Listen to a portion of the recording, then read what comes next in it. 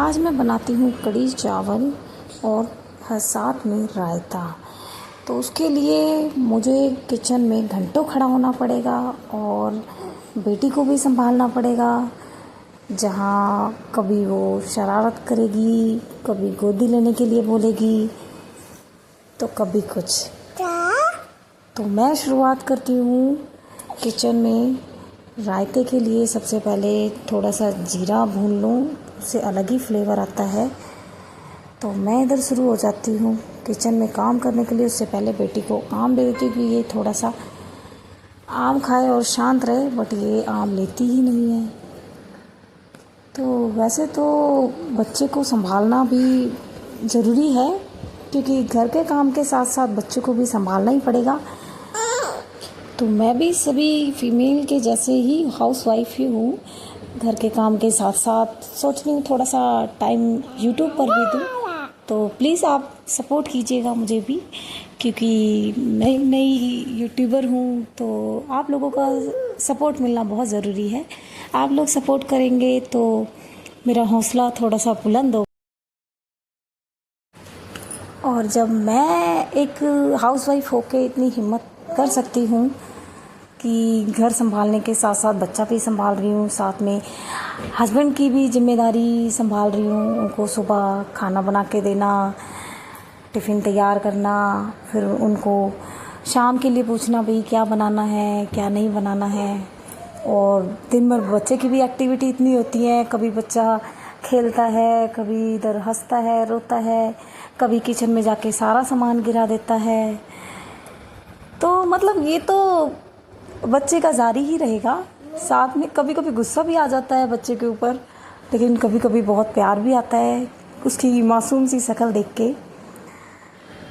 एक सबसे ज़्यादा दुख तब होता है जब हम किचन में काम कर रहे हों और हमारा काम थोड़ी ही देर में ख़त्म होने वाला हो और साथ में बच्चा रो रहा हो, मम्मी की साड़ी पकड़ के, मम्मी का पैर पकड़ के कि मम्मी बस अब गोदी ले लो, मुझे अब गोदी चाहिए।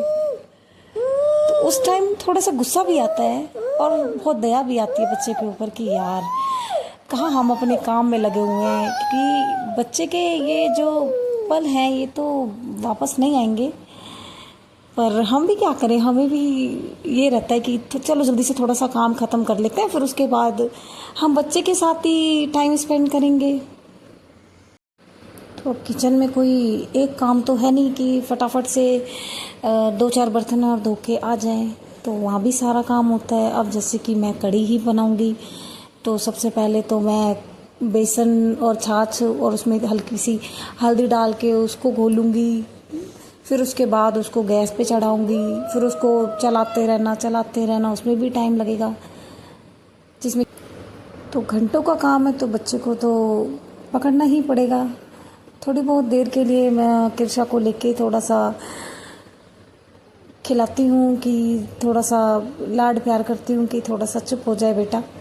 कुछ देने की कोशिश करती हूँ कि कुछ खाए बैठ के, बट उसको कुछ नहीं खाना है, उसको सिर्फ मम्मा की गोदी ही चाहिए। और कुछ बच्चे ऐसे होते हैं जिनको खिलौनों से ही खेलना बहुत पसंद होता है, लेकिन मेरी बेटी उनमें से बिल्कुल अलग है। मेरी बेटी खिलौनों से बिल्कुल नहीं खेलती है। उसको तो चाहिए सिर्फ रसोई के मसालों के डिब्बे, बर्तन भांडे, रसोई की सब्जियां, आलू प्याज टमाटर सब टोकरी से गिरा देती है। यानी कि मैं जहाँ सोचती हूँ कि मेरा काम जल्दी से जल्दी ख़त्म हो जाए, तो मेरी बेटी वो सब फैला देती है। तो मुझे भी कई बार गुस्सा आ जाता है, मैं भी कई बार किरशा को डांट देती हूँ, क्योंकि अभी इतनी तो समझदार नहीं है कि मैं। तो आप भी मुझे कमेंट में ज़रूर बताना जिसके घर में छोटे बच्चे हैं तो वो भी कैसे मैनेज करते हैं। इसी तरह मैनेज करते हैं कि बच्चों को बार बार गोदी लेना। अब बच्चा बीच में आएगा तो गोदी तो लेना पड़ेगा। कुछ खाने के लिए देने की कोशिश करना या कुछ खेलने के लिए देने की कोशिश करना, ताकि बच्चा थोड़ा सा उसमें व्यस्त रहे और हम इधर अपना झटपट से काम निपटा लें। तो इधर मैं भी लगी हुई हूँ खाना बनाने में, जैसे तैसे किरशा को भी संभाल ही रही हूँ। उसके बाद इधर चावल बन के तैयार ही हो गए हैं। कढ़ी भी बस पकने ही वाली है, तो जैसे ही पक जाएगी फिर उसके बाद मैं कढ़ी को मैं पकौड़ी डालने के लिए और कढ़ी में छौंक लगाने के लिए इधर कढ़ाई रख दूँगी। कढ़ी पककर तैयार हो गई है और मैं इधर चढ़ा देती हूँ कढ़ाई तेल डाल के और उतारने लग जाती हूँ पकौड़ी। और इधर मैं सब कुछ प्याज, टमाटर, लहसुन जो भी मतलब छौंक के लिए सामान चाहिए वो इधर तैयार कर लेती हूँ। बेसन वेसन घोल के उतारने लग जाती हूँ पकौड़ी। और अब आ जाती है कढ़ी छौंकने के लिए। तो तेल तो गरम था ही, इसमें लहसुन प्याज डाल देती हूँ और लहसुन प्याज को थोड़ा सा ब्राउन होने देती हूँ। और उसके बाद डाल देती हूँ इसमें जो मैंने टमाटर और हरी मिर्च काट रखी थी उसको डाल देती हूँ। और टमाटर हरी मिर्च डालने के बाद इधर कुछ मैं मसाले डालूँगी, जिसमें कि हल्दी मैं पहले ही डाल देती हूँ।